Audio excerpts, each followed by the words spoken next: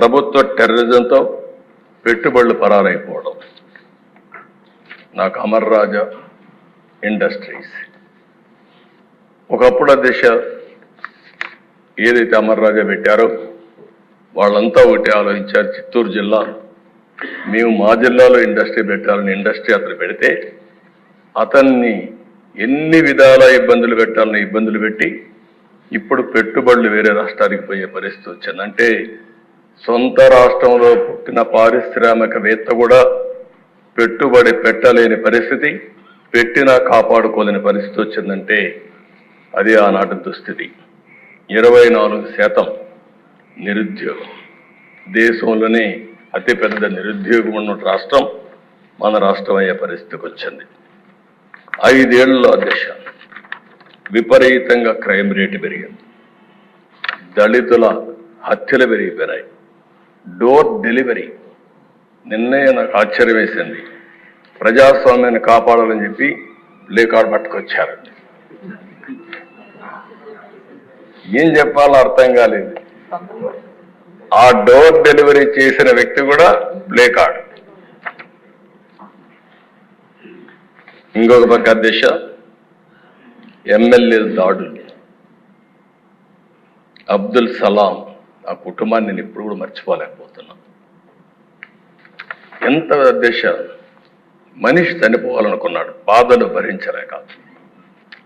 చనిపోవాలనుకుంటే వీళ్ళు మాట్లాడే మాటల తర్వాత నువ్వు చనిపోవాలనుకున్నా నిన్ను ప్రశాంతంగా చనిపోని నీ భార్య ఉంటుంది, గుర్తుపెట్టుకో, ఏం చేస్తావు చేసి చూపించమంటే నేను చనిపోయిన తర్వాత నా భార్యని ఏం చేస్తారో అని ఆలోచించి భార్య భర్త ఇద్దరు చనిపోవాలని ఆలోచించుకుని ఇద్దరం చనిపోవాలని మాట్లాడుకుని అప్పుడు మళ్ళీ ఆలోచించి మనం ఇద్దరం చనిపోతే ఈ ఇద్దరు పిల్లలు అనాథలైపోతారు, ఏం చేయాలని ఆలోచించినప్పుడు కాదు నలుగురం కూడా చనిపోవాలని నిర్ణయించుకుని నలుగురు వెళ్ళి రైల్వే ట్రాక్ మీద వాళ్ళిద్దరి పిల్లల్ని కట్టేసి ఆ ట్రాక్ కింద పడి బలవంతం మరణం చేసుకున్నారంటే అది సాధ్యమే.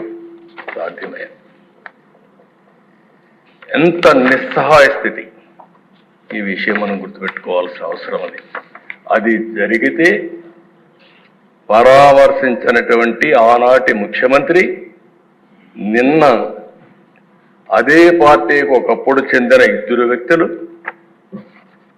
ఈరోజు ఒక అతను వ్యక్తిగత కారణాల వల్ల చంపితే దాన్ని రాజకీయం చేస్తూ ఢిల్లీకి పోయి ఈరోజు ఈ సభకు రాకుండా, సభకు వచ్చే ధైర్యం కూడా లేదు. అంటే చేసిన పనులు ఏమైనా ఉంటే చెప్పడానికి వస్తారు కానీ అది చేసే పరిస్థితి వచ్చారు. అధ్యక్ష డ్రైవర్ సుబ్రహ్మణ్యం, డాక్టర్ సుధాకర్ ఇప్పటికి కూడా జ్ఞాపకం. అధ్యక్ష సుధాకర్ ఏమడిగాడు? ఒక మాస్క్. మీ హాస్పిటల్ అధ్యక్ష నర్సీపట్నంలో పనిచేశాడు, one of the best doctor. ఒకటే అడిగాడు, నేను ఎంతైనా పనిచేస్తా కానీ కరోనా భయంకరమైన వ్యాధి, ఒకవేళ వస్తే మాకు కూడా ప్రమాదం ఉంటుంది, మాస్క్ ఇవ్వండి, అప్పుడప్పుడు మార్చండి అని ఒక మాస్క్ అడిగిన నేరానికి అహంకారమైన ఈ ప్రభుత్వం వేటాడి పిచ్చివాణి చేసి నడి రోడ్లో చంపేసే పరిస్థితికి వచ్చారు. అది చూస్తే చాలా బాధేస్తున్న దిశ. ఒక ఓం ప్రతాప్ వీళ్ళు పెంచిన లిక్కర్ రేట్ల గురించి విమర్శించాడని నెపంతో వాణ్ణి ఏం చేశాడు, ఇప్పుడు కూడా దిక్కుదిలిన పరిస్థితి, ఆత్మహత్య కింద క్రియేట్ చేసే పరిస్థితికి వచ్చారు. బాపట్ల దిశ ఆ జిల్లాలో 10వ తరగతి అనగాన సత్యప్రసాద్ ఉన్నాడు. 10వ తరగతి చదివే బాలుడిపై అమర్నాథ్ ఆయన చేసిన పని ఏంటి అధ్యక్ష? అక్కని అవమానిస్తున్నారు, ఎకిల్ చేస్తున్నారు.